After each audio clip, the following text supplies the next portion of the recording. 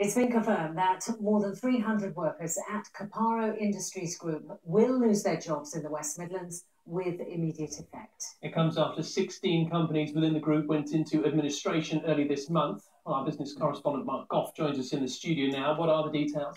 Well, rather sadly, 323 people have lost their jobs this morning and this afternoon. I mean, literally, their factories were closed and they were told to go home. We've got the full figures now for you, I think. Over in Darlaston, 122 workers are affected. In Oldbury, 68 redundancies have been made. Over to Dudley, we've got 64.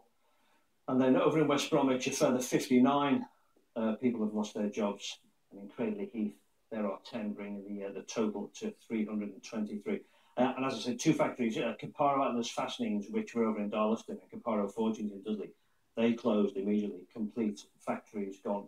As you say, it's been run by administrators Price, Waterhouse, Coopers. Matt Hammond from there said today, it's with regret we made these decisions, but the commercial prospects of the affected businesses render them unviable. Basically, they've been looking through the books, working to see if the businesses can be saved, can be sold on.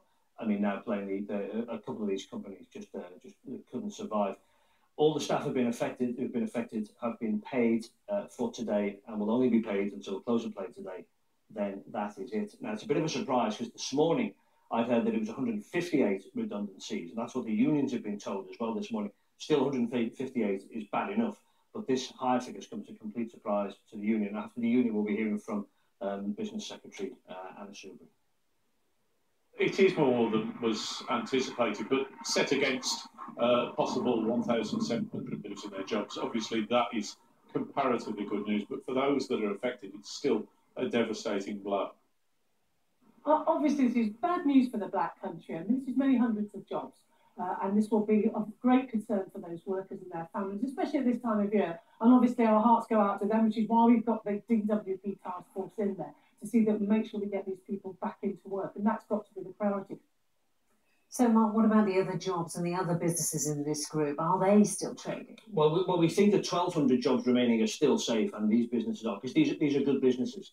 And in fact, the administrators said they've had lots of expressions of interest from people who might come in and buy. Also, I've been told some of the people they've been supplying have been bringing orders forward to give them more cash to keep the businesses going. They've been really pleased about that approach.